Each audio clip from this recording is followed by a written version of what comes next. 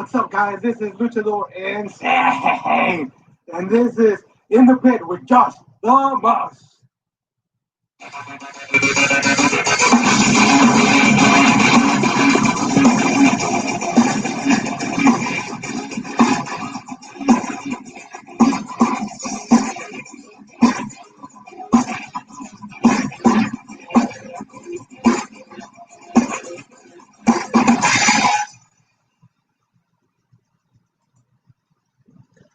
What's up, everybody? Once again, we're in the pit with Josh the Mosh, and like I always do, let's just get into it. What is up, man? How's it going? And we had Joseph was already like, "What's up, guys?" We were still doing the intro of the show. He's ready to go. People are in the pit; they're ready to roll, and I'm all about it, man. What'd you think of that new intro? Hey, that's my favorite wrestler, Luchador Insane, in the intro. Y'all make sure to come check him out down at AEW here soon. And September 26th. Yes. AEW and GCWA. That's right. My boy Luchador Insane is booked September 26th at the GCWA PPW drive-in show, excuse me. Drive-in and drives. Cannot wait. I cannot wait. Drive-in and dives. I said that wrong. I got my PTO approved yesterday for that, so I will be there for sure. I mean, I was going to be there, but they have accepted that they need to find a replacement for my ass. Hell yeah. Well, before we get all caught up in the moment, let's just try to keep some semblance of organization, and let's start the shows off with the first segment like we normally do. Let's welcome in our ninja in from the shadows. What's up, man? In from the shadows, and I brought my crew with me, Human Freeman, and all of the Black Nostalgia cartoon characters with me to celebrate my Woman of the Week this week. So what's good, y'all? What's happening, man? Alrighty, so let me breeze right through this before the power cuts off again. Those in the Texas area, be safe out here. The storm is nuts. But anyway, the Ninja's Woman of the Week for September the 3rd. It's a woman that you guys saw last night at AEW Dynamite against our own Thunder Rosa, and that's the well-prestiged veteran herself, Miss Serena Deeb. The belt she's carrying in this picture, that's the OVW Ohio Valley Wrestling Women's title, because back in 2005, she started her career in WWE's developmental territory, Ohio Valley Wrestling, where she got to link with the likes of Beth Phoenix, Jillian Hall, Mickie James, you name it. And her best run prior to her signing in WWE was in Shimmer Women's Athletes, where basically she became the heart and soul of that company, to where fans gravitated her with her deep arm drags, her technicality as far as the ring, but her pure wholesomeness. She's basically like the Molly Holly of Shimmer, to where she'd be spearheading opponents with her tremendous feud with Sarah Del Rey and Shimmer title match with Mischief, who was champion at the time, all into her signing in WWE, where she had a brief run in Florida Championship Wrestling, where she was the queen of FCW, and then fell in the finals in the FCW Divas Championship tournament to Naomi, to where she got up to the main roster and got herself name of Punk. No worries, you're good. You're good. Just keep rolling as a good. So yeah. Her main roster run was unfortunately short-lived, but at least she was part of a big faction with CM Punk and Luke Gallows with the Straight Edge Society. Even led to her appearance at WrestleMania 26 when she choked Rey Mysterio while he was in the Tree of Woe. So at least she got a WrestleMania payday on that. So after her release, she went back to Shimmer and had a brief feud with Portia Perez and got the head kick all over the place by Yumi Oka. Note to self, you ever wrestle with Yumi Oka, wear a head patch, because you don't want to get concussions by her. But anyway, after that, she hit up Japan for a brief bit, competed in the Smash Diva Championship tournament, which is Tajiri's promotion, after felon in the tournament to Kana, now Asuka. But after retiring briefly in Japan, took some time off to not only heal her head and her mind and spirit. She came back in the Mae Young Classic, basically showing that she still got it and she never lost it.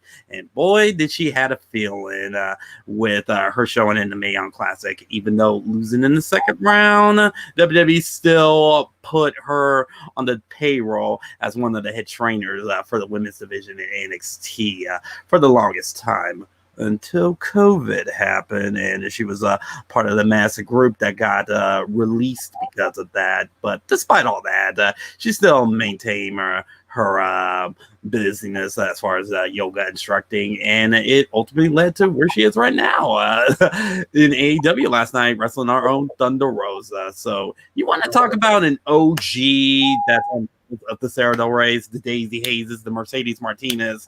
Look up Serena D, because she is a definite feeling in regards to pure technicality and pure wholesomeness.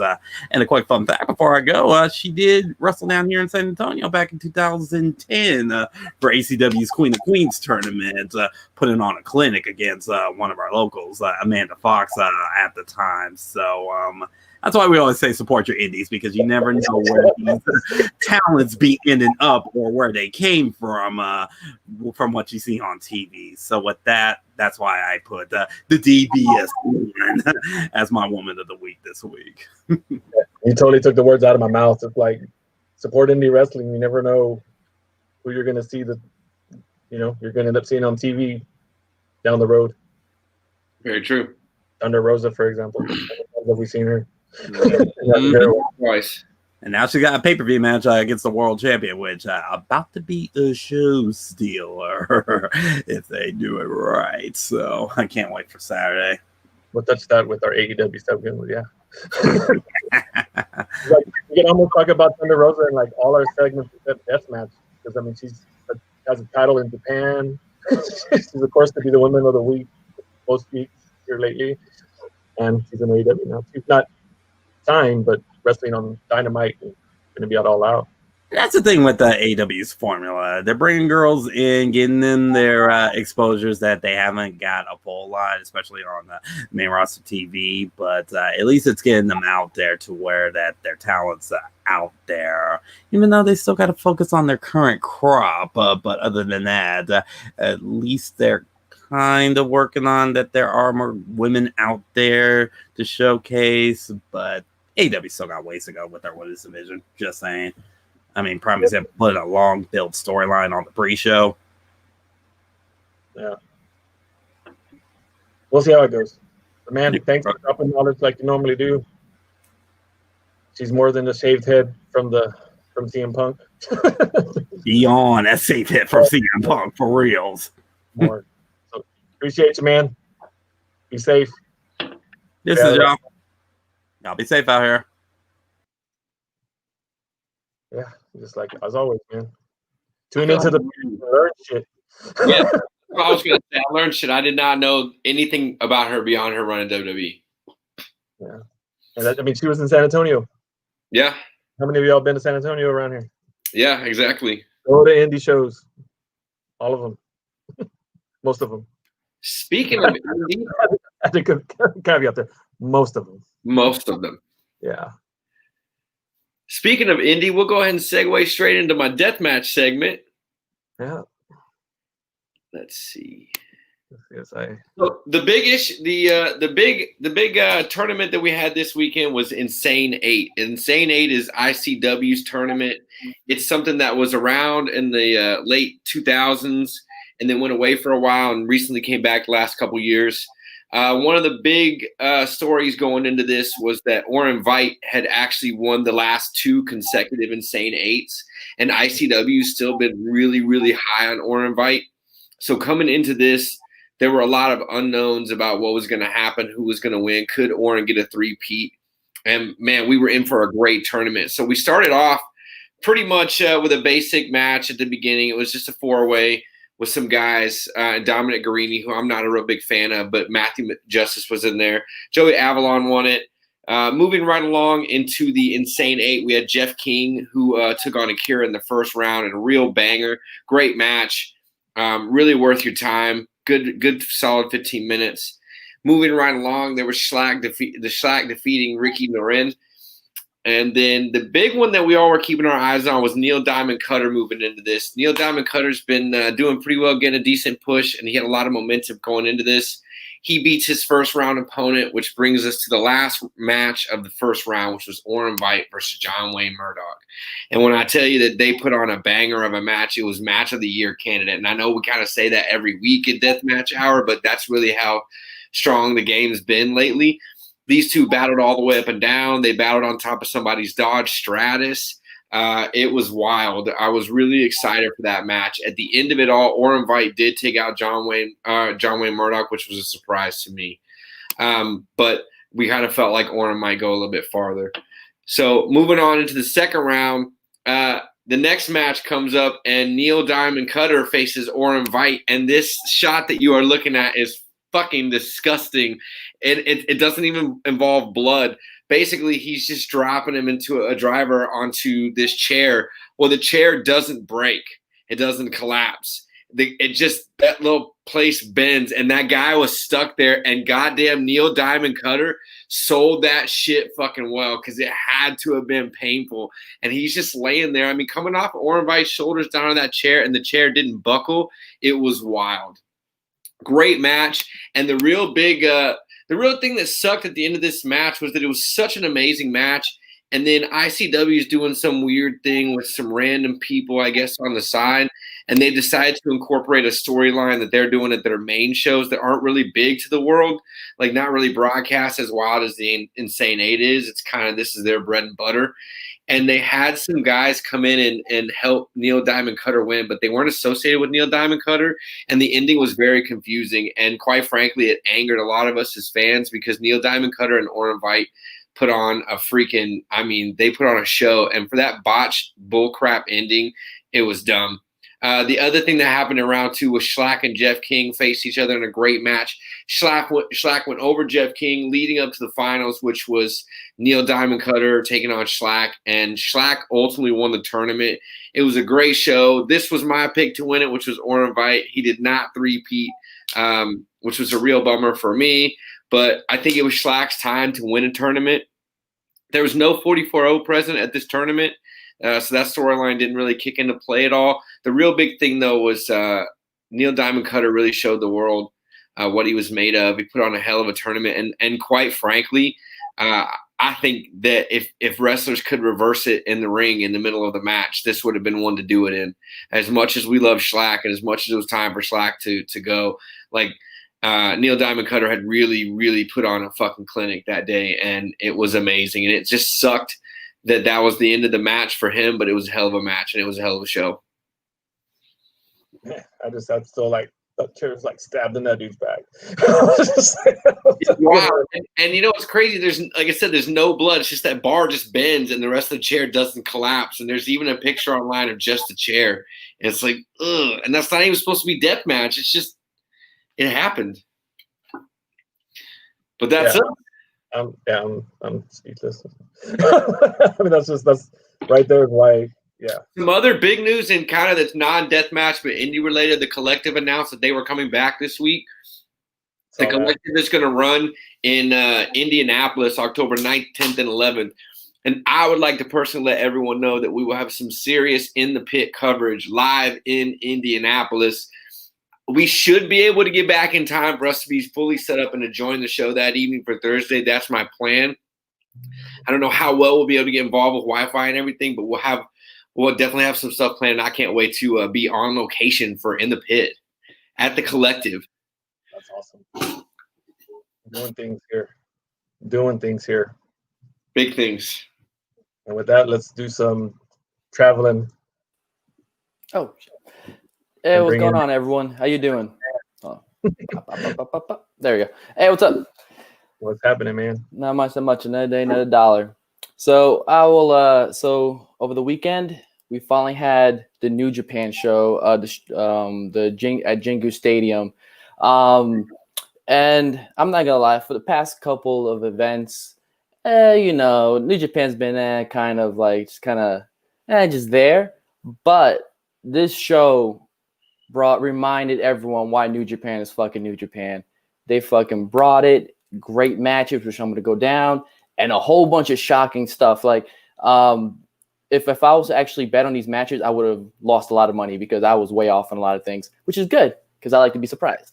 Yeah. Exactly. So, right. So, the event first starts with Master Wato and just say with Master Wato, a lot of people really don't like him right now. There was a lot of botches in that match, so that was kind of just throwaway match. So we're just gonna not talk about that. But Master Wato, I'm rooting for you, buddy. Get better, because come on, man, it's New Japan. You can't be doing that.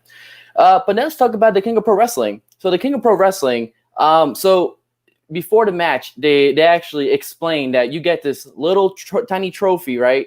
And what you do is for every time you fight for the trophy, someone fights for a trophy, it's actually a gimmick match. So if I would have known that, then I would have probably guessed Toru Yano was going to win this because he is the gimmick person, which is perfect. It was funny. He actually does the low blow to Okada and rolls him up for the win. And afterwards, he's like, I'm sorry, with the trophy in his hand, which is great. So the right man won the King of Pro Wrestling. I don't know if I want to see it again, but with Toru Yano being the guy holding that gimmick little trophy, that's perfect for him. So I'm glad he won. The match was all right, but the right man won that one. Next, we got my man here. So this was actually very shocking. I really thought Hiromu was going to beat Ishimori, but for the past couple of weeks, they've been doing this kind of storyline where he actually injured his neck. So that's what actually Ishimori did the whole time, which is kind of going after her neck, kind of working it and ensuring that he can be doing submission. That's what he did. He shocked the world and beat Hiromu. I think this might mean some big things for Hiromu in the future. We might be talking about maybe a never open weight, which just seems to be a intro title for a lot of the juniors, or even do really big in the G1. So this should be big. But so when this happened, I thought, okay, well, I guess it's gonna be a big day for Bullet Club. We'll see. Next match, my personal match of the night.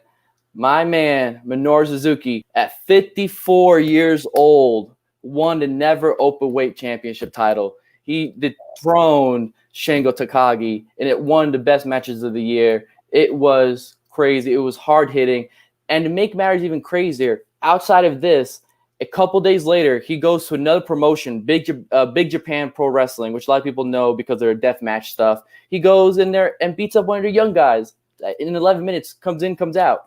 So Minoru's having one of the best years of his career, in my opinion, with all the amount of stuff that he's doing. And him being never openweight champion, man, that's even better. Love it. So before I talk about that, I just wanted to mention, because I couldn't find a picture, that the Dangerous Techers, that beat Tanahashi and Ibushi, and now Tanahashi and Ibushi are talking about there might be splitting up because of they lost and they want to try a single. So there you go, Taichi still doing big things, breaking up tag teams. That's what I'm talking about.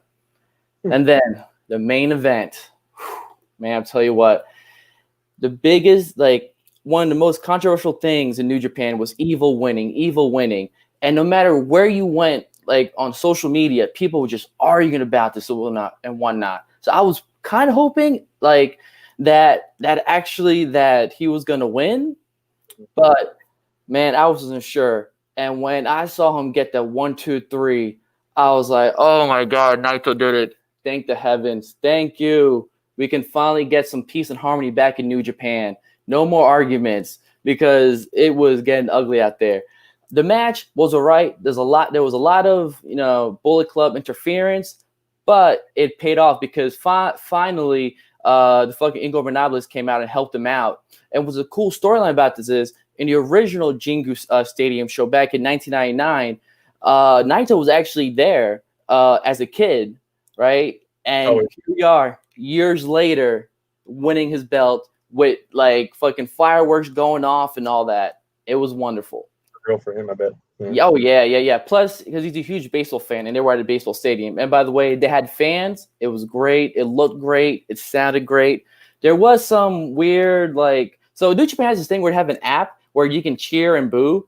They should never use it again. It sounds horrible. So they were using it a lot. So it's like they're sweetening the sound, but it's with an app. but people are cheering. It's the weirdest thing. It doesn't work. Please, New Japan, just stop. But they're not going to stop. So, yeah. So overall, Summer Struggle and Jingu, I'm saying go check that show out. Every match was a banger. It was a 2-hour show, which is unheard of for New Japan. New Japan normally they do like 4-hour shows and have multi-mans. This event was great. Loved it. Check it out. And now we're going to talk about my match of the week, and this is Terry Funk and Mr. Pogo versus Hayabusa and Masato Tanaka. Now, everyone might know everyone of those three guys. You might not know Mr. Pogo. Mr. Pogo, he's a crazy motherfucker. Rest in peace. He used to come out with a scythe and just cut people, which is really fucking crazy. In this match, it was great. As you can see, there's fire, there's barbed wire, and best of all, there's the fucking explosions on the outside, and you get that wonderful countdown, explosions happening, and it's great. And of course, Masato Tanaka doing big things over there. So I loved it. It was a great match overall. It was a good one. Classic banger. Yes. Oh, yes, the classics. Plus, it was at FMW 7th anniversary show, so you know they're gonna have good matches on an anniversary show. And one last thing. So a lot of people may not know, but I'm pretty. I like to consider myself a pretty damn good fantasy football champion. If I look over here, I'm actually a 3-time champion. I need to make myself another trophy. And technically, for last year, I'm the de facto champion. So I'm gonna say I'm a 4-time champion. So I'm pretty damn good at this fantasy football stuff. So I thought, hey, we all like football. Why don't we start our league? And thus we have the League of the Mega Powers, right? So we have 6 guys from SWF, 6 guys from the militia. Oh, there you go. Oh yeah, there you go. I like it, right? So 6 on 6, and whoever wins, they're gonna win. We're gonna win a beautiful belt or trophy. We still haven't decided that. Whoever loses the losers bracket is gonna have a pretty hilarious punishment. I look forward to it. We haven't decided yet. Paul said that if I win, I can have his Pagano ring-worn shirt from ICW No Holds Barred. Hey, Lalo, man, much power to you because I know how much you love that shirt. I'm glad you're giving that up. It's official. It's on video now, so it's official now. On video. Thank you, Lalo, for the generous donation. Yeah, yep. And best of all, this is bragging rights. Hey, who's gonna win, SWF or the militia? We're gonna find out. Either way, all I know is I'm gonna talk a whole lot of shit. So just be ready for that. That's all. It's always pretty much. It always comes down to that. No matter what's going on, is we're talking shit. Yeah. Always been. Yeah, that's the way it should be. Exactly. Well, fun, man. That's all I got, guys. All right, man. Appreciate you. Be safe. Deuces. Man, it's like I gotta catch my breath just listening to him. I know. It's just like info, energy. Love it. I shouldn't have eaten all that cheesecake before the show. It was so good, though. Anybody in the Corpus area, Nanis Gourmet Cheesecakes. Oh. It hooks it up. He's a militia member's mother, Christian Longoria's mother. Oh, yeah. Good friend of, Sammy Guevara.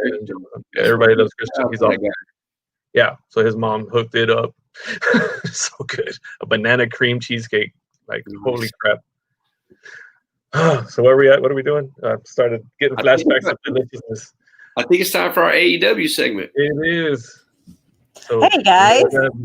How do I follow up cream cheese or cheesecake? I don't know. Banana cream cheesecake. You could have ended the show right there and been done with it. No, it's like I'm done. Sorry to our guests that are coming up later. So AEW, as everybody knows, has their All Out pay-per-view, which is their big pay-per-view for the year. They've been setting it up for the past month. These last 2 weeks have been absolutely nuts on AEW, especially between Sammy Guevara and Matt Hardy. And each time they fought each other, the last couple of times, they've drawn blood. And I think that I don't know what other people think, but I think it's going to be a no holds. Well, it's broken rules match, and I think it's just like going to be everything goes. And I think that it's going to be no change. It is going to be a drag out, bloody match. These guys have been going at each other hard with tables and chairs and everything. And I think each one of them is just going to pull everything out they're just going to pull everything out of their box for this one. But, I love the storytelling they've been doing. I love that Sammy is the young, cocky guy. Matt Hardy's the old veteran. He's tired of his shit and he wants to get him off the show. The big stipulation for this one is if Matt Hardy loses, he's done. He's out of AEW. So that's big. That is big. That's big because it could really either go either way. Matt Hardy's all the Matt Hardys. That's the thing. That's what they have not said. Yeah, that's what I thought. That they have not said all the Matt Hardys. Because he's been going in and out of all what? There's 5 different Matt Hardys, 5 or 6, I think. Yeah. So they have not speculated or they have not said if it's one character or all characters. Wrestling. Love it. Another one that's been really dragged out over the last month is, the AEW championship match, which Moxley versus MJF, which is, I love. Last night it got same thing. It got really bloody and they got into it. MJF bit his face with like blood all over him and everything. He bit his face. So it's, MJF is really starting to show some rage, which is nice. He's losing his little, he's losing the cool that he's had through this whole thing, which is really nice because I love the fact that they haven't had them do 3 matches leading up to All Out. They have not even, besides the contract signing, besides last night, just, sucker punching each other, basically. They have not had an official match, which is nice. So we'll actually see them in action against each other at the AEW pay-per-view All Out, which is, it definitely is going to be so worth it. And then, of course, last but not least, the women's championship match. Our own Thunder Rosa is going up against Hikaru Shida. And I think we both know, or we all know Shida she's great. I love her, but she comes out with that kendo stick. So I'm sure that kendo stick may be making an appearance through the match. You never know. I don't know. So I like to see what kind of tricks that Thunder Rosa is going to come out with to kind of counter some of Shida's moves. They mentioned last night on Dynamite that Shida may not be used to some of the Thunder Rosa's lucha style. And you could see some of that last night against Serena Deeb. She pulled out some of her tricks, not all of them. Yeah. She picked and chose what to show the AEW audience and what not to. But I think it's going to be a drag out tomorrow. And that is going to definitely, like Brandon said, steal the show. Because, you're talking about one champion from one company against another champion. And, a lot of people know Thunder Rosa, but there's a big audience who don't. And they just saw her last night. And so she's going to come in and she is going to prove herself, basically. It's not just like some other company either, right. NWA. 75 years. Exactly. So yeah, people that don't know need to know. Yeah, exactly. And a lot of people have been saying that they don't like the NWA belt. I really shouldn't read the comments, but I do. Bad me. But people need to know that there's a history with that belt, that it's a throwback belt to one of the original designs of it. And that's the beauty of it, is that they're trying to preserve the heritage of NWA. They just didn't want to come in and revamp everything. They kept it studio. They kept it, movable cameras and not just handheld cameras. Billy Corgan went in and he preserved NWA, which is, I think what people liked about it, the feel, the look, the sound, the announcer's desks off to the side and stuff like that. So for people who don't know the history, you should go back, you should look. And I think it'll give you some context of why the belt looks the way it does. And, it's a cool belt. You get your picture in it. You don't just get your plates changed. Your picture is in it. Face on that sucker. Yeah, exactly. So I like it. I like the history of it. So for people who wonder why the belt looks the way it does and not more modernized, that's why. Just like Aldis's title, the 10 pounds of gold. Exactly. That's the way it should be. Like Ric Flair held that belt in the 80s. I remember Kerry Von Erich wrapping it in the Texas flag and in the Cotton Bowl when he hit him with the roll up. Yeah, and You know what I mean? Like that goes way back. I love it. You know, the other thing is that I think the other thing that the Shida Rosa match is going to be the big one is because, I mean, her match last night with Serena Deeb killed. It killed. And even, you know, Jim Ross said in the commentary, and he said, oh, I'm going to get myself in trouble. But he even said it was one of the better matches that they'd had in the women's division on AEW, especially since the pandemic started. You know, they're trucking along with the women's division. I love the women in the division, but they lost their footing during the pandemic. And I'm hoping that this will help them find their footing and find the storyline and kind of, instead of just waiting for those that are injured to start coming back. You know, they have some really good talent in there. The other big thing is the tag team match, the championship tag titles on the line. Kenny Omega and Hangman Page against FTR. FTR is coming out with Tully Blanchard. They're part of their stable now. So we're going to have to see what happens there because, you know, they've been leading up to Hangman doing his own thing and Kenny Omega. So I'm interested to see how that match goes, but I think same thing. It's just going to be this, it's going to be a brawl. And I love it because they're going to, you know, Kenny Omega likes to do some tricks. He likes to, he is not a flop, but he does stuff like that. And FTR doesn't do anything like that. So we'll see what happens in that match. Ooh. Did I cut out, guys? A little bit. You went R2D2 in there first for a little bit. The storm. Yeah.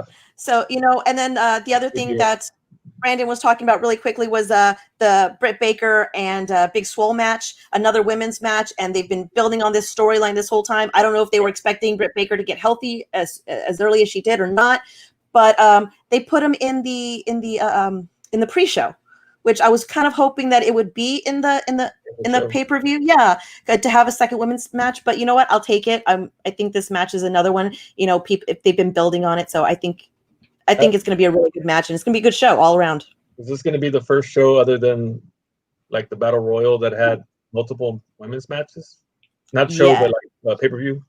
Yeah, they haven't been showcasing their women too much, and I don't know if it's because they didn't have a storyline for them, or it's because women got stuck overseas, or because, you know, injuries. I don't know, but yeah, this is going to be the first one where they have multiple matches for women. I don't recall seeing two women's matches. Like I said, I've been to most of all the AEW pay-per-views. I'm not going to this one, but. Yeah, so I'm hoping this is the pay-per-view that launches better storylines and really gives the women something to move forward from. Like I said, I've been saying all along that the biggest hurdle they have is they have Dark, but really it's Dynamite, and that's it. Like they don't have 7 hours of programming a week, you know, like right. So like that's the biggest hurdle. Is like, well, these women is like they get 10 minutes or 15 minutes a week to work, and you got 20 women that are super talented. And, yes. Right. And it's just, I don't know. Yeah, and so I'm hoping the pay-per-view is going to launch some new things for Dynamite, and then there's also going to be a Dark tomorrow, a special Dark on their YouTube channel. So I'd like to see what if they're going to bring anything out that leads into the pay-per-view, or if it's just going to be a one-off again. Yes. It is going to be a cinematic. It's going to be the tooth and nail match. Which I think that's one of the only out of this whole having to do with no fans shows. These cinematic matches have been a blessing so far. Absolutely. Most of them. Again, I love the cinematic matches. Yeah. I mean, I'm so like 99% love them all. Yeah. I definitely do too. And I think AEW's done them really well. As you know, they have they've definitely been using the arena to their advantage. There was two at Double or Nothing. Okay. I'm trying to remember. Yeah, I was there, but it's crazy, and it's that Vegas. Oh, come on! I'm supposed to remember that. But I'm excited, and I hope everybody watches the pay-per-view. Tell me what you think. You know, I'll be talking about it as well. Awesome. All right. Before we cut Mel loose, we were testing a new segment on the show that we were going to add in the local shows. And I know that Melanie and I had a couple of shows we wanted to pitch on top of our obvious in the month banger. But Melanie, you want to go first with the hybrid? Absolutely. So Hybrid started their student shows back up. Of course, there's no audience for safety, but they do have a Patreon, and it's nothing crazy. It's the cost of a ticket. So basically, there's different tiers. I think it's like $3, $5, $7. You get some shout outs. You get to watch the show monthly, and you get to support the students. And good talent. There's if y'all don't know who the coaches are at Hybrid, very Yeah. well known people. A couple of guests have been from Hybrid. Maddie. Yep. I mean, we've had guests. We had Brandon and Richie back before Brad joined us, of course. Yeah, I was on that show as a guest. I wasn't even officially a part of the pit. Yeah. Yep. Last night they had, I know a good friend of yours, Josh, they had Mr. Studtacular and Simply Luscious were on. So they have other people coming in. It's not Bryce and those belts. Yes. You got another title last night. Rod's kind of jumping the gun and announcing that as well. We were going to really talk about heavy metal, and New Texas Pro have been working on a Grand Prix together. Big shout out to Dylan Dunbar, all his guys at heavy metal, Kiefer Bartek over at New Texas Pro putting this thing together. They announced their first, former guest of the pit in the pit. Former guest of the pit was Kiefer Bartek, but they put together their first show in the Grand Prix, and it's going to take place next weekend. They obtained a mall. They obtained a mall. That's right. Yeah. Heavy Metal's going to be shooting a weekly show out the mall, and it starts next week. And their first big match announced for that was ACH versus Kurt Stallion, which for those of y'all that follow us in the pit, Juan is a huge fan of Kurt Stallion. He's not here with us yet. There he is. There he is. Before we pass over to Juan for more news, the last shout out we want to give is to AAPW having a show next Saturday. They are letting fans in. They're doing social distancing, masks are required. But come out to AAPW, kick it with us. I'm sure a couple of us will be out there putting on shows. There's a lot of members of the militia and the family in both groups, so support your local wrestling. And also, shout out, congratulations to Vert Vixen. She just graduated from AAPW, I believe, yesterday. And I guess Greenback as well, since he graduated. Greenback sucks. Greenback. Fuck you, Greenback. Yeah, congrats, Vert. Yeah, congratulations, Vert. We're going to get her in Vert is our champion. Vert is our champion. Yeah, we're going to get her in the pit one of these days. Hell yeah. And also, come September 26th, you'll see Vert vying for the PPW Women's Champion. Oh, nice. It always comes back to me. I'm so freaking vain and selfish. It's like I have my name on the show or something. It's just like I got issues, man. I need counseling. Josh knows them all. He knows everybody. So what's up, numero uno? What's up? How's everybody doing tonight? Sorry about your car trouble. Happy to see you, brother. Glad you made it safely. So what you got to say about Mr. Kurt Stallion? So there was some news leaked about a few guys getting signed to the big leagues. Anthony Green, Joe Gassi. There's a few other people, but right now they're not important. I mean, they're important, but that's not the point. We're a Texas-based, we're a Texas fan base over here, and it's really cool when one of our own guys makes it big to the bigger leagues. And Stallion got signed with the WWE.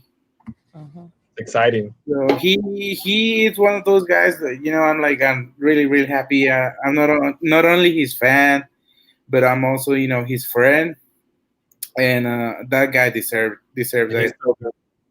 I'm so mad. Is that bad that I'm mad? Because I was trying to get him on PPW.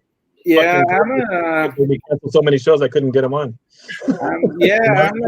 I'm sad. I'm happy, and I will miss him on the indie circuit. But overall, he deserves it. He's one of those guys that he would make the crazy drives to his bookings.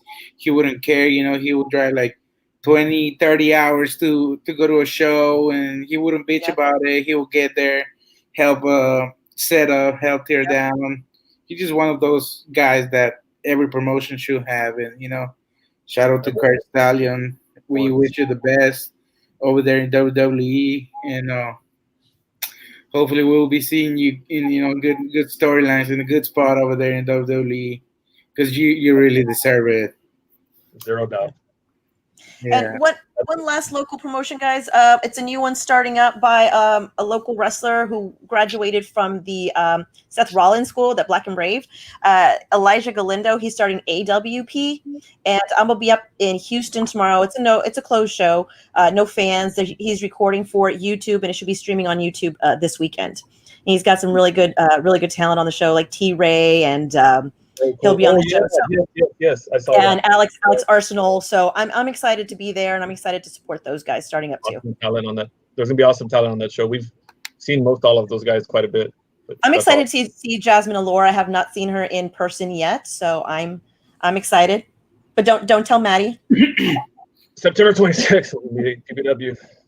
Yep, that's right. And she'll be at the drive-in and dives, which I'll be excited to see too. Yep, September 26th. Tickets. Get your tickets. Since we're talking about it, I got tickets, people. That's what I got today. Hit me up. Oh, nice. Do I need to hit you up for my special spot, or you already got me? Yeah, me.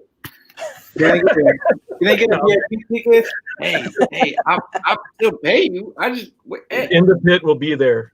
Media will be there. Bring your credentials.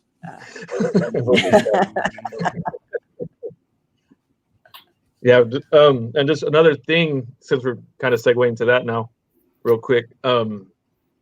As y'all watched last week, I found a champion who clearly called out DCWA's champion, and our screen's pretty full of people, but I don't see him here.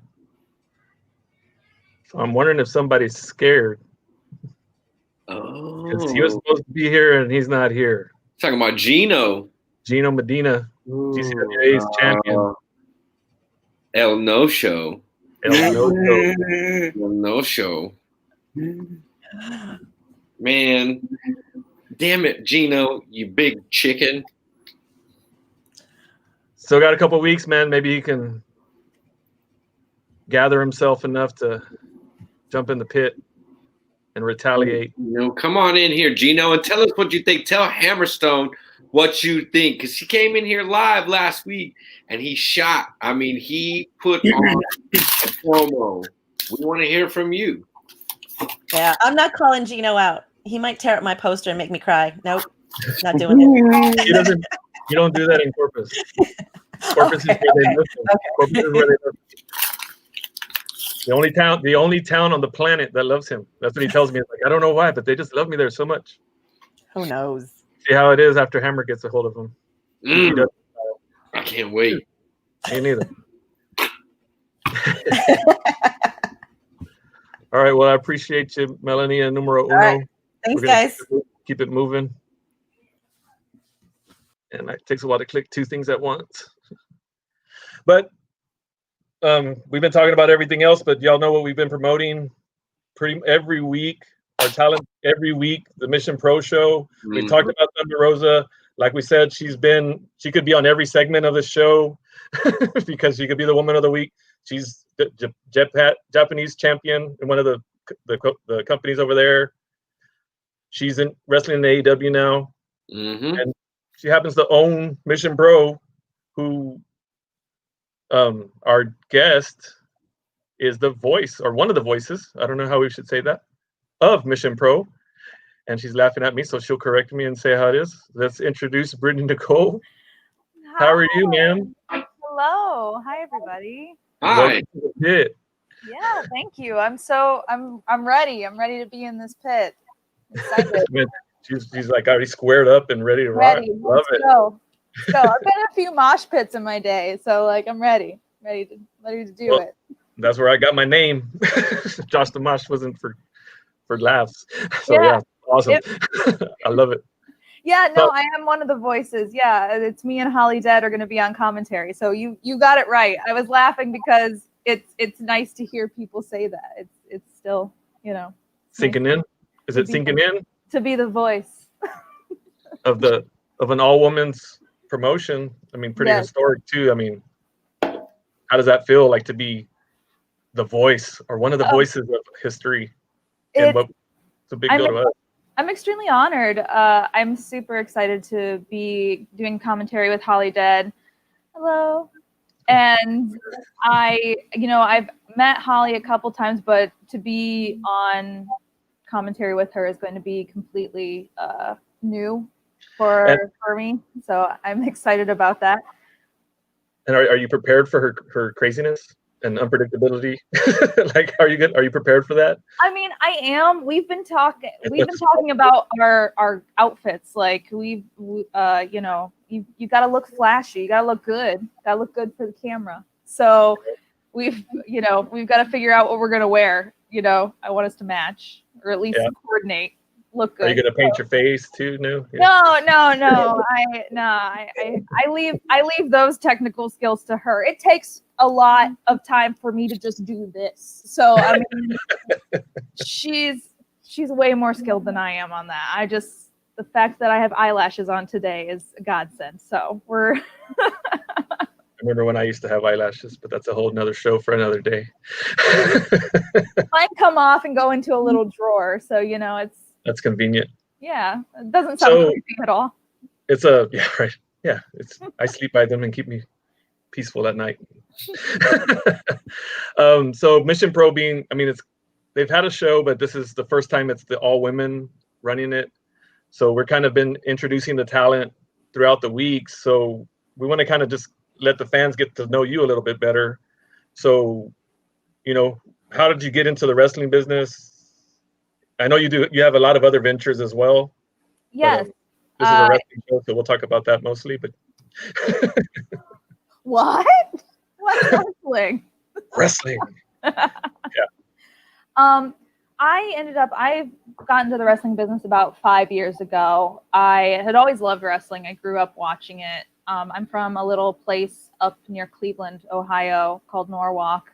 It's where the raceway is and close to Cedar Point where the amusement park is up there, if anybody knows northern information. But yeah, near Cleveland. So I usually just say Cleveland because that's the only place that people know. Then I moved to New Orleans when I was like 19. So that was 12 years ago. And lived here ever since. And basically, I fell out of wrestling, and then WrestleMania 30 came to New Orleans, and I was like, oh, I used to watch wrestling. I loved wrestling. I thought I was going to become a wrestler. I thought I was going to move to Florida and become a wrestler. That was in my mind when I was younger. And so I ended up just basically going, okay, I'm going to go WrestleMania 30. I'm going to go check that out, see what's going on. And when I did, I fell instantly back in love with it. And I was like, this is what I want to do. But I don't really necessarily want to beat my body up. I was like, I don't know if I really want to do, but I wanted to do what I love the most, which was doing commentary and media, the storytelling. I love the fact that the commentators and the interviewers and the announcers help the flow of the stories and help tell the stories and push the wrestlers and be able to help build onto everything. So I was like, I want to do that. So I ended up just kind of lying my way into a company in New Orleans, saying that I'd already been doing it. Fake it till you make it. Nice. Because they said they were going to train me anyway. They're like, well, we're going to train you on how we do it. I'm like, perfect. Because in my mind, I'm like, because I don't know what I'm doing. But they didn't. And so I ended up training myself and teaching myself how to do things just by watching and learning. And then luckily along the way, I was able to take seminars and a lot of nice veteran wrestlers like Brian Kendrick and Chavo Guerrero, and then were able to help me along the way and tell me. And Dr. Tom Pritchard, he helped me a lot with a lot of my stuff, and just kind of every now and then would be like, oh, you did really good on this one. Change this, do this, maybe try this. So it's been this nice flow of information for me. So yeah, I'm still always learning, but yeah, that's how I got into the business. I lied my way in. Gotta start somewhere, right? Yeah. Somehow.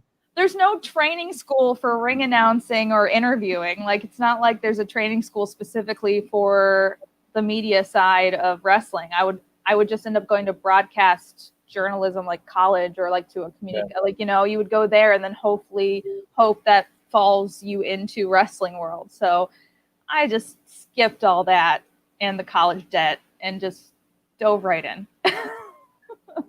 So seeing as how that's kind of how you broke on the scene, what was your first commentator show like? Your first time putting the headset on it and going at it?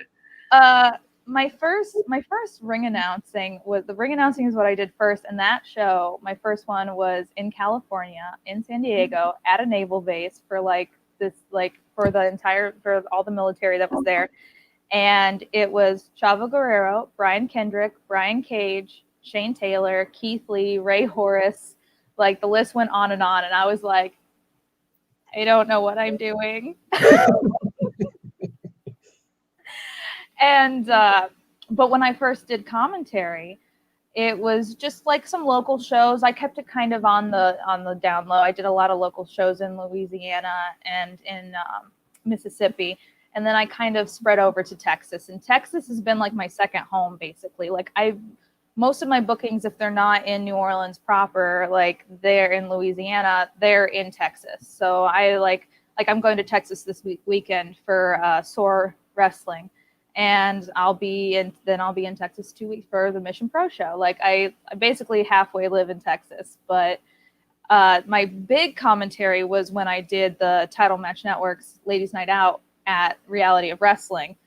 I was on commentary for that for the last time, right before the pandemic shut everything down. It was February 29th. So like right before everything just went like kaput. So I was so happy that I was able to do that because it was inside Reality of Wrestling. And so I got to be at the commentary desk for that, and the cushy. They have really comfy seats. Just throwing it out there. Their seats are comfy. I was like, ooh, this is. They do it right there. Is this what luxury feels like? This is so nice. Very nice. So yeah, that's my favorite. So I'm really excited to do commentary again for this show, just because it's going to be such a historic moment. So I'm like, me? You chose me? Like, sweet. Like, there's way more people with bigger names, but I will totally step up. Is that how the call went? When they called you, like, hey, me? Was that your reaction? Because I wasn't friends with Thunder Rosa on like Twitter, and I got a DM from her on Twitter that said, "Do you do commentary?" And I was like, yes. Yes, Thunder. I'm like, oh, hi, hello. I've never met you. I was like, oh, hi. And she was like, do you do commentary? I'm like, yeah. She's like, great. She's like, send me some of your stuff. So I sent her my reel, and she's like, this is great. And then Robin Reed contacted me, and she was like, you know, we want to book you on the Mission Pro show. And I was like, what? Me? But awesome. Yeah. So yeah, no, Thunder Rosa slid into my DMs and asked me to do the commentary for the show. Nice how that works out. Yeah. Good. So what match are you looking forward to the most then? Actually, it's really funny. Like, all the matches are so fire, and everybody's talking about the NWA Women's Championship match. But like, I'm excited for that one, obviously. But I got to do commentary for Rachel Rose's match at Ladies Night Out, and I love Rachel Rose so much, Queen of the House of Roses, and she's going against Elena Black, and I've seen Elena Black at Shimmer, and so I'm excited to actually see these two go together in the ring and talk and be able to commentate that, because I don't know, I just think like they both have something, so they have that thing. Of course, Big Swole is going to be there. I mean, of course, you've got Roxy. She's got going against Jenna Van. I've had Jenna Van Muscles on Elevate Pro shows before, and it's going to be so great to see her because she is tall and muscular and she's Van Muscles going against like Roxy, who's like 18-year-old sensation now. I mean, she's the prodigy. So I mean, that's gonna be my, that's gonna be another. They're all gonna be so. This card is so stacked. Robin Reed booked this show. She was the booker for this show, and she stacked it. I'm just like, I'm elated. Like, people are like, "What's your favorite match?" I'm like, the show, the entire show. The entire show is gonna be good. When it's done right, that's how it should be, I guess. Right? Yeah. There isn't like a match where I'm like, that's gonna be okay. It'll be like, the curtain jerker. It'll be like, the one after intermission. Like, it's gonna be like, it's not like none of them. None of them. No. Yeah, we broke it down. I think each match 3 or 4 times already with different guests. So totally understand that. Yeah. So good. Looking forward to it. So you mentioned real quick, Elevate Pro. Is that your company or part of it? Like that is my company. Yes. That's my company. Yeah, I'm the. What led you to that? Yeah. You got to become a commentator to having your own company. I did. Again, I didn't lie my way in this time, but I did not expect to own a promotion. If you would have told me even a few years ago that I was going to own a promotion, I would have been like, no, I don't want that responsibility. But I was working for Elevate Pro. Elevate Pro is about 4 years old now. And I was working for Elevate Pro as a ring announcer and interviewer and stuff like that. And the owner was also a wrestler. And so he was wrestling and promoting, which promoting is hard in itself. So doing both is like, no. And so he got burned out. And he also was running a training school. And so he had the training school and promoting and wrestling and all that kind of stuff. And he was like, I'm burned out. I'm done. I'm going to sell it. I'm going to close the school down. I'm going to sell the company, and let somebody do with whatever they want with it, or sell the parts, sell the ring and whatever, and just fold it. And I was like, I mean, that's fine. I can go get other bookings. But I was just like, all of the kids and stuff, because a lot of our trainees and stuff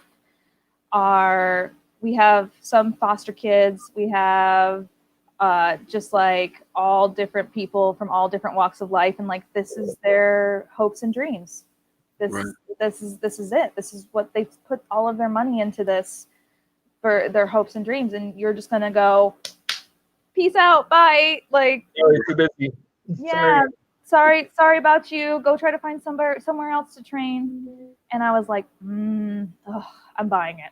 So I worked really, really hard and scrounged up all the money and bought the company and the training center and everything. And so now we have our head trainer is Benjamin Wood, who also is our CEO for our shows and stuff like that. But he's from OVW from back in early 2000s, mid 2000s. And so he was in WWE developmental and stuff like that. And so he's got a lot of good knowledge and helps train all the students and everything. So that's how I got Elevate. And then when I got my license, because we have a commission in Louisiana. And so when I got my license and everything, it was then at that point that it was told that I am the first and only ever female in the entire state of Louisiana to own a promotion. Yeah. Very cool. Yeah. Very, very cool. Yeah. That's a pretty big achievement. Yeah. I didn't expect it. So I guess back to Mission Pro real quick. We have a fan asking a question who's also with the experts of the talent that's new to you. Who are you most looking forward to seeing on the card? You've mentioned a few. First of all, Melanie, your profile pic is adorable. You look gorgeous. I was able to see the profile pic over there. Second, I think of new talent that I don't know. I actually never seen Avery Taylor. I've never seen her wrestle at all. I mean, I haven't even watched video. So I think she's one of the few that I haven't actually watched a video of or anything, which I probably should. It kind of seems like she's like the enigma of this whole card, because everybody that's been like the answer. We even had Thunder Rosa's husband on the show and asked about her, and he was like, "Yeah, she's the one that wish I knew more about." But they found her, and I'm seems excited. Like I'm excited. Yeah, I mean, she was just recent. She was on Raw Underground just recently. Yeah. And I mean, that's the thing is like I'm sad that I haven't known her, but it's one of those things too. Is like it's funny how small the wrestling world is when it comes to like social media and everything that we all kind of know each other, but also how vast it is that you miss certain people through the cracks and you're like, oh, how have I never heard of you? Right. But yeah, I'm excited to see her and see all of the things that she can do. So. And just the fact that she was on Raw Underground, it's like. Yeah, I mean that's that's not. I'm not on Raw Underground. Like, I don't know what I would do. I mean, I can take a bump. I am trained in that part. You really should stop telling people that. They're gonna start throwing. Like, by the way, we need you for an angle. Can you? How many tables have you been through? None. I think the closest I went to going through a table was when Jordan Grace took Miranda Alizé and picked her up and threw her on the commentary table and almost broke the commentary table and ended up breaking one of the mechanisms on the commentary table that recorded everything that we were doing. So the table, so I almost went through that table just because I was on it, like I was like on it like this, and then she came over with her, and then we were all like, and I like grabbed my phone. I was like, grab everything and run. So what's been one of your favorite matches to call as a commentator? Oh, Su Yung versus Jordan Grace. Ooh, that was so good. And I love watch, like I am such a fan. I love watching it, and I'm gotten better at the point because there's when you watch, you stay silent. You're just like, right. But you have to keep talking when you're on commentary. So that match, it was really, really good. Sue came over to the commentary table a little bit and messed with us a little bit, which was fun. I just love that kind of stuff. That's some of my favorites is, again, being able to continue the story and continue these larger than life characters. Like if you're a force and supposed to be super scary like Su Yung is, if you're going to come and interact with me, like I'm going to improv, I'm going to react to you. One of my favorite people that I used to always do improv with was Serpentico, who's on AEW now. But he was Elevate Pro's longest reigning champion he was our champion for like 2 years. Oh, wow. And every time I was ring announced in the ring, like before the show would start, I would look at him and I'd be like, so what are we going to do? And he's like, I don't know, we'll call it in the ring. I was like, okay. And so I would get in the ring and just do my own thing. And then when he would show up, he would give me this look and I'm just like, he's going to back me into the corner. I'm like, he's going to do, like all these different things and stuff. And we would just continue on and like, we would just roll. I would just roll with it and improv with him. And that was the most fun because it got him over even more as such a heel because the fans hated when I got messed with. They're like, nobody messes with Brittany. And so like that was the best moments when it came to that. So yeah, I love being able to do that. So yeah, Jordan Grace and Su Yung, that was a really, really good match. I think it's on YouTube now, on Title Match Network's YouTube, and that was a really fun one. Title Match Network also where you'll be able to see the Hell Hath No Fury show. Yeah, a little commercial in here. We're sponsored by In the Pit with Josh Dimash. Yeah. So I'm seeing the picture on the wall back there of a good old JR over your shoulder. I was going to lead to, we've been asking your favorite this, favorite that. Is there a favorite announcer? There's a lot. Is there a favorite commentator? I would have I love JR. I do love him so much. This one is signed to me, so that's why I have it hung up because it is signed to me. I do enjoy him a lot. I think it's a base of like my childhood because I grew up in the Attitude Era, so like that's my base, my start. But I cannot be remiss without mentioning like Bobby Heenan. Like there we go. Just like somebody who could do everything. Like, and just he was a manager. He, was a commentator. He was a wrestler. Sure. the Yeah. interviewer. He did everything. Yep. You know, and Gorilla. I mean, Gorilla was basically what everybody who does straight play-by-play bases their entire set on. Like, he is the level. Like, he is the foundation of wrestling play-by-play when it comes to, you know, because he was able to not only call it straight, but then interact with Bobby and go back and forth. And that's what we're seeing now more often with Michael Cole and Corey, is that Cole is actually starting to like snip it back at Corey Graves. Yeah. Michael Cole is starting to snip back at Corey Graves. And like that, when I hear that, like when I hear them like going back and forth and Michael Cole actually standing up for himself or like doing things, I'm like, oh, that's like old school classic Bobby and Gorilla kind of energy. So that's everybody has like a nice little thing. I think somebody who doesn't get a lot of credit would be Mike McGurk. She was actually the first female commentator in WWE, you know, like she did, even though she did ring announcing, she also did commentary for a few like pay-per-views and some shows, and no one ever talks about her at all. And I'm like, well, she's like the base for female ring announcers like Lillian Garcia and like stuff like that. Like, she is the foundation of that. And for her to be first female commentator, like people are like, oh, Renee Young, like kudos Renee Young. I love Renee Young. But it's one of those things of like, she wasn't the first. Right. Yeah. And people were like, first woman commentator on WWE. I'm like, Since where's Mike? yeah. Right. Since the first one. Yes, since the first one. Yeah.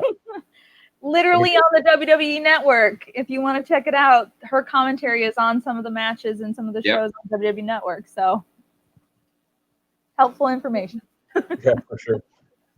Yeah, and Gorilla and Brain, that's my answer every time. Mm-hmm. Like Brain.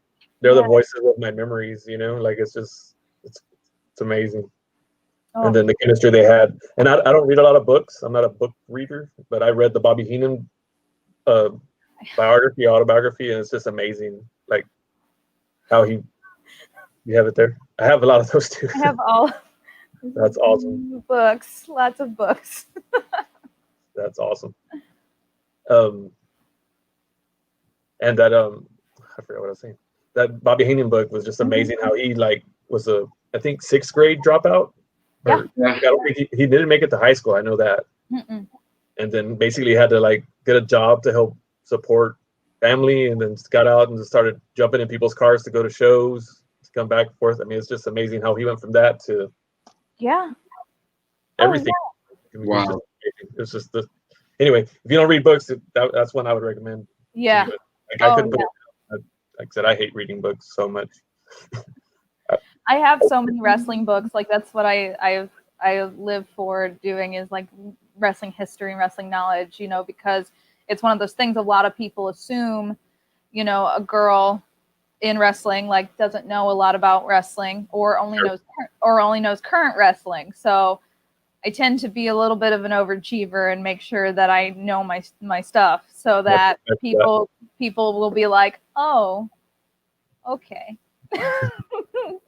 There's a question from Berto, which is impressive because it's a good question.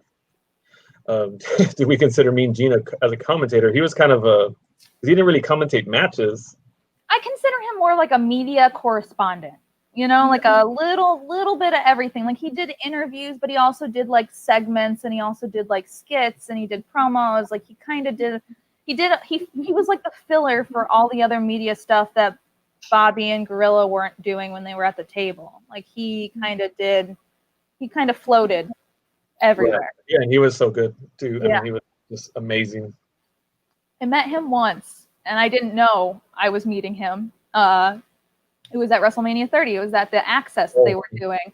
And they did Access, and they had like, you know, they have at Access, for anybody who doesn't know, they set up the like museum. Basically, you can walk through and see all of the memorabilia and stuff. And I'm standing looking at this memorabilia, and I feel this person come up behind me and standing like right here. And I just hear them go, And I'm like, in my mind, I'm like, okay, it's kind of crowded, whatever. Like, I'm like, dude, whatever. Some dude is just looking, and then I hear like, are you having a good time? And I look over, and it's Mean Gene.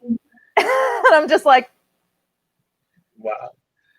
and in my mind, I'm like, do you know who you are, sir? I was like, oh, I am now. Yeah. And I was like, yeah. And so he's just standing there with like his little hands behind his back, and he's just like looking at the stuff, and he's just chatting with me. And then you just hear his name get yelled because Renee was trying to do an interview or do something with him, and she's over there, and she was like, Gene, we need you over here. Like, come over here.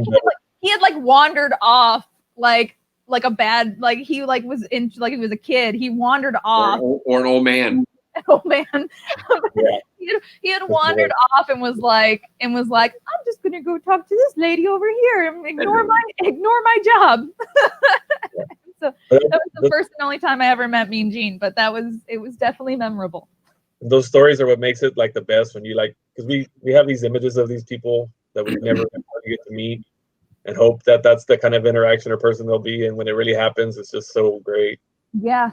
Because the opposite is when it's the opposite of it, it's just like, why you gotta be an ass? Oh, you know? dude, it stabs you. It literally stabs you in the heart. I always said, like, if I was ever going to be famous, like, I would be so, like, famous in the wrestling world. I would be so gracious to every single fan because I am a fan. And I you know, it's just like one of those things of, why would you be a dick?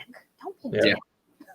I know. I almost, I was I got a chance there. They had the access for Mania 25 set up. You could call a match with Michael Cole or I think it's Michael Cole.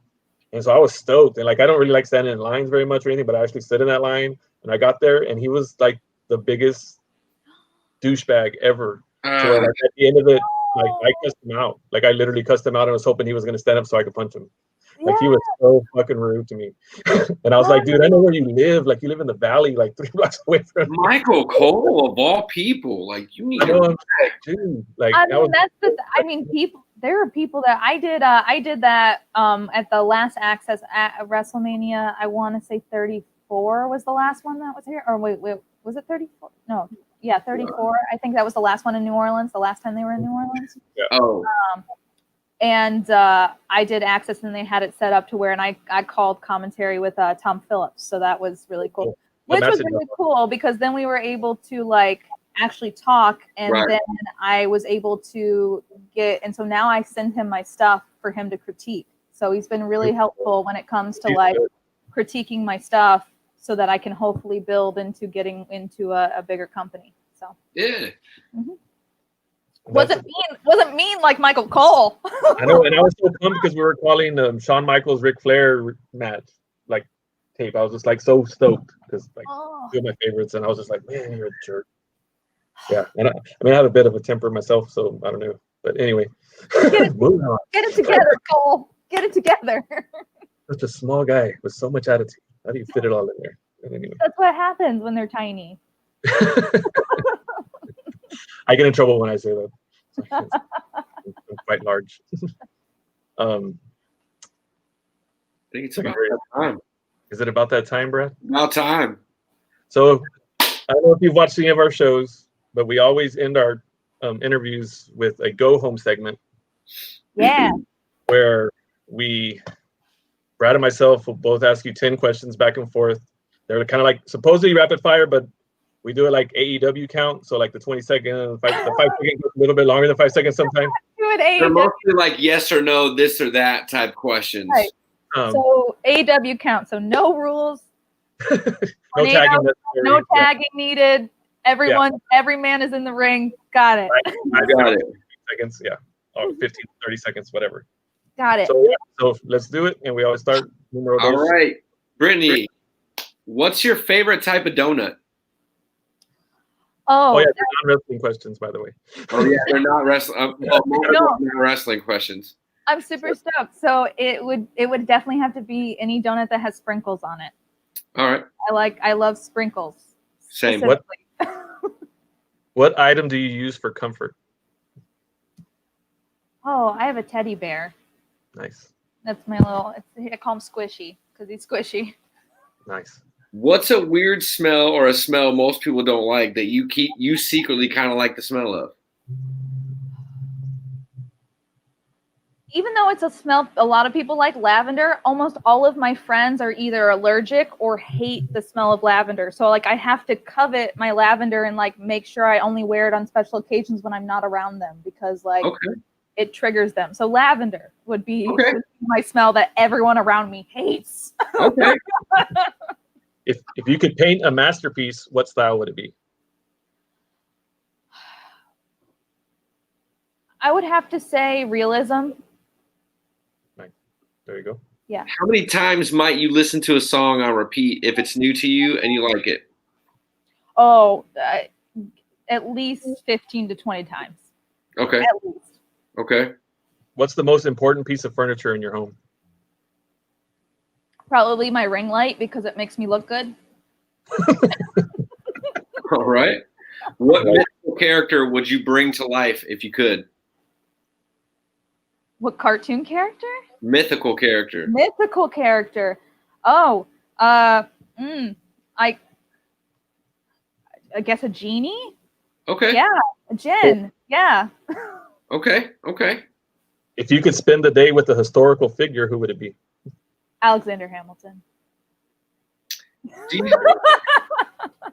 Is the government actually listening to our Alexa devices? Oh yeah, Big Brother's always listening.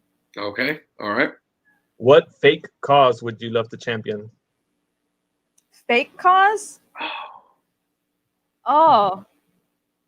What fake cause? Like a made up cause? Yes. Like, there's so many Like, causes. be the unicorn. I feel like it would probably be a real cause somewhere, but like I guess like save the sirens or something like that. Like, you know, save the mer people. So save the sirens. Like that Save would the mer people. I like that one. Yeah, I think that I feel like it probably is like there's probably a Facebook page out there for it. I'm sure. Yeah. Yeah. Mm-hmm. How many penguins do you think you could fight off if your life depended on it? None. I love them so much. I'd let them eat me alive. All right, so 0. Fair enough. What song puts you in fight mode? I would. Wow. There's a lot of them. Oh. I mean, I guess currently, I don't know if it's fight mode. I guess whatever. It could be fight mode. I guess WAP is currently my current tune that I'm listening to. Okay. Alrighty. In a 3-legged race, who would you pick as a partner? A three-legged race. Oh, that's where you tie each other. Yeah. In my mind, I was like, do I have to cut off one of my limbs? Like what? This took a turn. Yeah, I was like, this got really dark. I thought the penguins eating me alive was going to be dark, but this got real dark. We're in the pit. You never knew. Yeah, right? I would say, okay, 3. Do they have to be alive currently? No. Okay, no, okay, cool. Then I would pick Andre the Giant. Oh, Nice. He's got a really wide gate, so like we would totally get ahead. yeah, but can you keep up with that? Is the question, or is No, Andre he's just gonna carry. Yeah, he's just gonna carry me. I'm just gonna cling to his leg like a child, and he's just gonna sing. Gotcha. If it works, it works. So what do you think is the worst job ever for anyone? Not that you've had, but just period. I mean, I've had some horrible jobs. I would say property managing, which has been my job before. I would be a property manager for like apartment complexes. Yeah. It is soul sucking. All right. Who ran over Stone Cold Steve Austin before Survivor Series in 1999? Who ran over Stone Cold? Mm-hmm. Oh, before Survivor Series? Oh God. Mm-hmm. 1999, I was 10 years old. It was a big storyline, though. It was. He did it for The Rock. I don't know. Oh, the answer we're looking for was Rikishi. The answer we were looking for was Rikishi. He did it for The Rock. They made fun of Did him. it for the people. Aw, I love Rikishi. Would you rather be rich or healthy? Can't be both. Well, yeah. I mean, probably rich. I mean, I'm pretty healthy anyways, knock on wood. But I mean, yeah, sure. Let's go with money, even though it can't buy you health or happiness, but it sure helps. What exercise do you absolutely hate? Oh, anything that has to do with abs. My core, like I'm trying so hard to get my core. I'm never gonna have a six pack or abs or anything because I like food.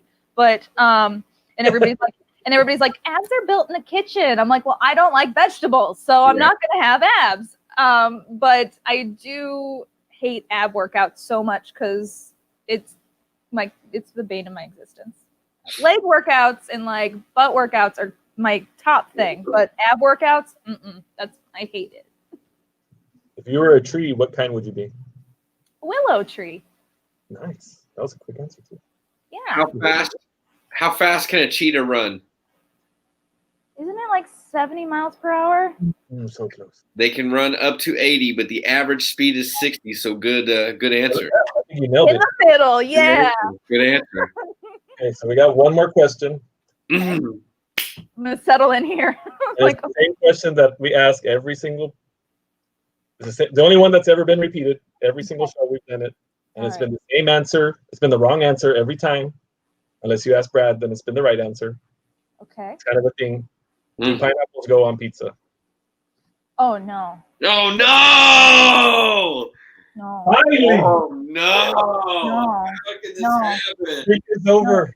Thank How you. could it happen? I I expected hate to go at pineapples. least 2 more weeks. I hate pineapples. I hate them. Uh, I put them in my smoothies because pineapples are good for you, but I mm. Feels so good to finally Pineapples. get a victory. So yeah, no, they don't belong on pizza. Only cheese and meats and maybe some vegetables. I'll pick those off. But cheese and meats belong on pizza. You're picking up vegetables. I know fruit, no veggies, none of that. None of it. That's what everyone Meat else and said. cheese. Meat and cheese. Everyone else is wrong, okay? Thank you. Thank you. Gordon Ramsay's on our site too, and he's like one of the best chefs in the world, and he says pineapple. Exactly. He's a very angry British man. For like 8 weeks or 9 weeks, however long we've been doing this question. Hey, Gordon Ramsay agrees with me, damn it. Thank you, Brittany. Thank you so much. Finally. Literally everybody has said yes that's been on our show. Yeah, no, I'm a that's my imaginary cause, which is not really an imaginary cause, is banning pineapple on pizza. Yikes. Yikes. Yikes. Love it. Love it. Well, thank you so much. That's how we wrap it up. Appreciate you. Thank you for your time. Thank you for joining us in the pit. It's amazing. Thank you. Looking forward to Mission Pro, Hell Hath No Fury. Yeah. Everybody hit the Buddha. Say hi to Brittany when you're there. Yeah, it's going to be fun. And also make sure you check it out on, you probably won't hear my voice and Holly's voice live there if you're live at the show. But if you're not live at the show, check it out on Title Match Network's YouTube channel for free, and you'll be able to hear us talking about everything. Exactly. Pineapple does not go on pizza. Good job. He's just going to rub it in. I got my people. Bye, guys. Thank you. Thank you so much. Bye. I cannot believe that. That one shouldn't count. Can we stop this whole episode and try it? I did not expect that. I thought for sure that one was going to be like easy in the bag. She seemed down to earth, like she knew exactly that pineapples go on pizza. That was not where I expected to take the L, my friend. I've been nervous because I've been on a horrible losing streak, but I'm just finally happy to be on the winning side. One for the good guys, finally. Wow. It feels so good. What a show.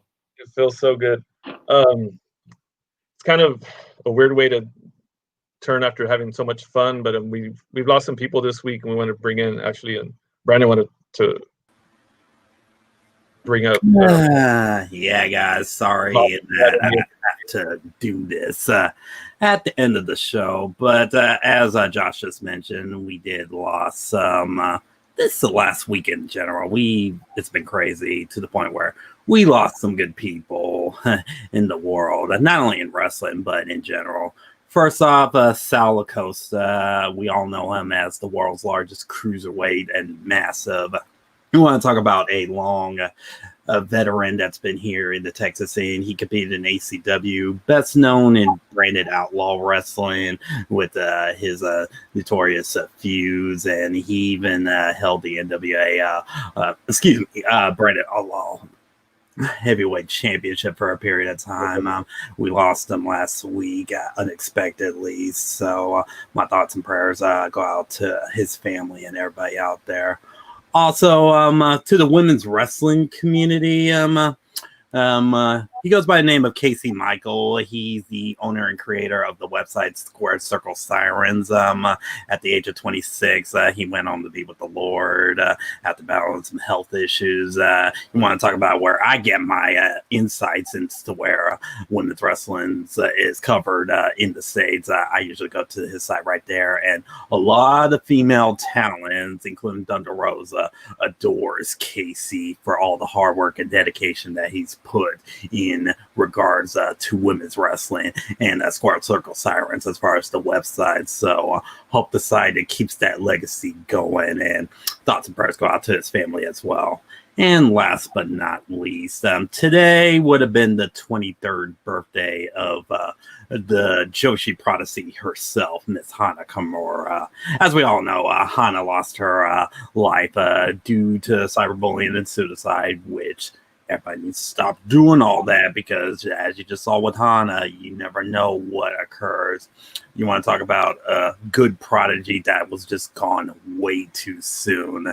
Today would have been her 23rd birthday. So just want to honor these three people, as well as Chadwick Boseman, aka Black Panther, aka James Brown, aka someone who's trying to become big prior to Black Panther in the Hollywood realm. Lost his battle to colon cancer at the age of 46. And you want to talk about him playing a role that gravitated, as a man of color myself, and the current generation of, yes, Rod, exactly. Yes. You want to talk about someone that just touched everybody and just started a movement to let them know that, hey, we do still exist out here. And hey, just want to let you know that all lives don't matter unless Black lives matter, as well as every other life that matters, especially those that have been victims of injustices as well. So Chadwick, Casey, Hana, Sal, thoughts and prayers go out to you. Father God in the skies above, take care of their souls up in heaven. Right, man. Like I said, it's kind of a way to go from laughing and having fun and doing what we do here, but I mean, we really care about this business. So I mean, I just felt it fitting that we honor, things that we've lost to. We like to have fun. Yeah, we want to show our respect. So thanks for coming back out of the shadows, helping us with that. Appreciate you, man. Hey, no problem. Love you guys. Everything, man. All right, man. Like I said, that took a turn that we weren't expecting, but I think it was worth doing. So another one in the books, man. We keep doing it, and seems like we keep doing it well. Until next week, I can't wait. All right, man. Well, be safe. We'll see y'all next week. Later. Bye.